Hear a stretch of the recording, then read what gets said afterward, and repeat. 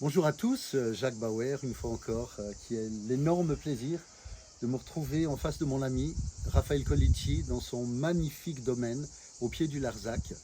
Et nous avons beaucoup progressé depuis les dernières vidéos dans la mise en place et l'élaboration et la mise en place bien sûr de ce projet absolument magnifique qui s'appelle Mayo Aziz. Alors, quelles sont les dernières nouvelles, Raphaël?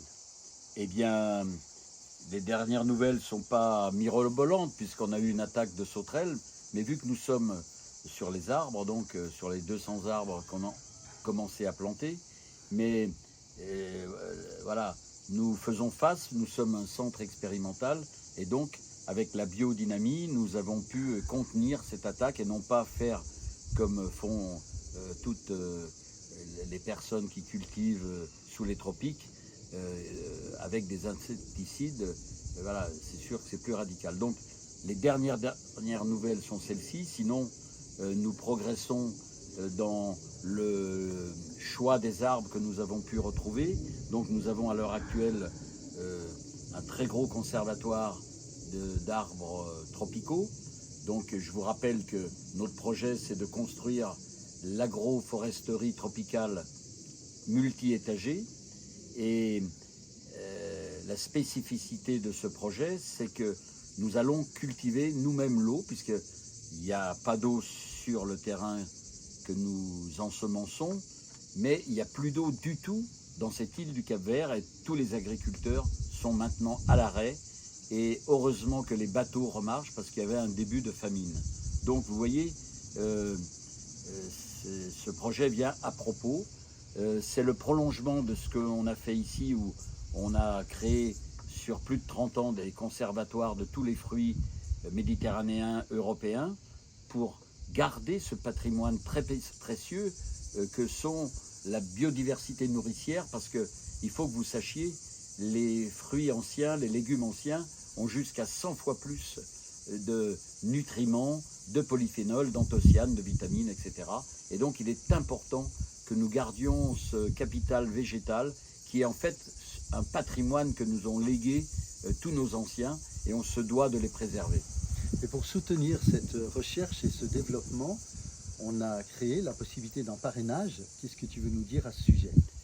Alors, c'est vrai que je suis un peu gêné, tu le sais, voilà, c'est pour ça que je t'interroge là-dessus. Voilà. Parce que tu dois sortir de ta zone de confort. Voilà. Alors, depuis 55 ans, je suis dans l'associatif et je finance et je suis voilà, devenu au fil des années voilà, quelqu'un d'actif dans plusieurs associations, un peu le sauveur. Voilà, j'ai sauvé une coopérative locale, c'est moi qui finance plusieurs associations.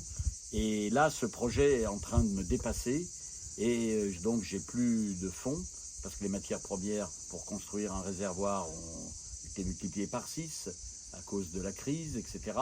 Et pour la première fois de ma vie, c'est moi qui vais demander voilà, de l'aide pour cette association de développement, de cultiver l'eau dans le désert avec une vingtaine de techniques et maintenir cette biodiversité et de planter, parce que la seule solution, c'est l'agroforesterie pour vraiment couvrir le sol, pour vraiment arriver à créer un nouveau biotope. Et donc, c'est la première fois de ma vie que je fais appel à dons.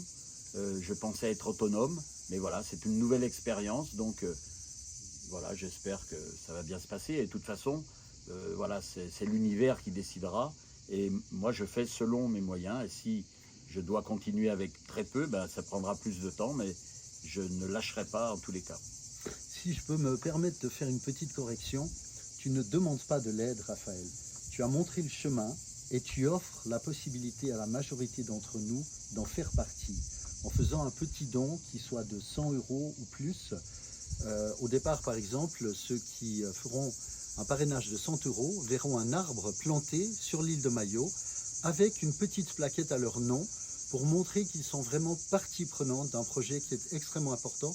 Parce que d'abord, c'est plus qu'un projet, ça fait 7 mois qu'il dure maintenant, et c'est simplement un développement magnifique auquel, pour la première fois, tu nous donnes à tous l'occasion de pouvoir participer et d'y collaborer non seulement en pouvant soutenir financièrement ce projet, mais en ayant aussi un lien qui est créé entre le projet et chacun d'entre nous, et qui peut aller simplement de la simple plaque que l'on mettra d'une manière commémorative, si je peux dire, sur un arbre, jusqu'à la possibilité de pouvoir être invité sur place, à vérifier comment les choses se développent, à pouvoir parler aux gens sur place et à être vraiment partie prenante de ce magnifique projet. Et c'est ça que tu nous offres, et c'est pour ça que je t'en remercie infiniment en mon nom, mais en nom de toute la collectivité de ceux qui ont l'esprit, le cœur ouvert et qui connaissent la valeur de ce que tu fais.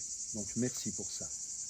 Merci pour ton aide, et je voudrais dire que voilà, tout ça c'est fait en direct évidemment. Je suis quelqu'un d'économe parce que j'ai toujours utilisé ce qu'on jette.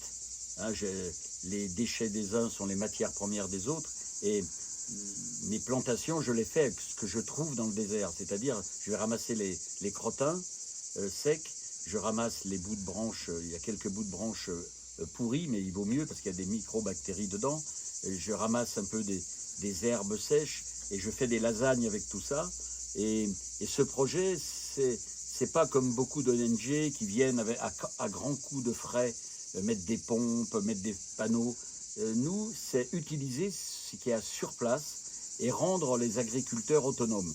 Alors, en quelques mois, on a un grand succès. J'ai été félicité 2 fois par le président en public. Et maintenant, voilà, il faut passer à une vitesse supérieure. On va commencer un travail dans les écoles.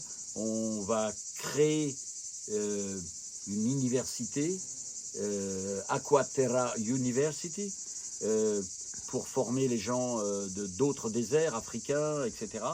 Et pour montrer la voie que même sans eau, c'est possible. Voilà. Nous allons cultiver l'eau avec 20 techniques et préserver la biodiversité et aller vers l'autonomie nourricière. Parce que c'est important pour un peuple rural qui retrouve sa dignité. Et ses sources. Bah oui, ils se sont toujours débrouillés, mais là c'est la première fois de leur histoire, il n'y a plus d'eau. Ouais. Voilà, mais on va faire autrement, avec des techniques que j'ai appris en Afrique, et vu que ce sont d'anciens esclaves amenés par les Portugais, Sénégal, Guinée, eh bien en fait, la boucle est bouclée, ils vont retrouver leur propre technique ancestrale.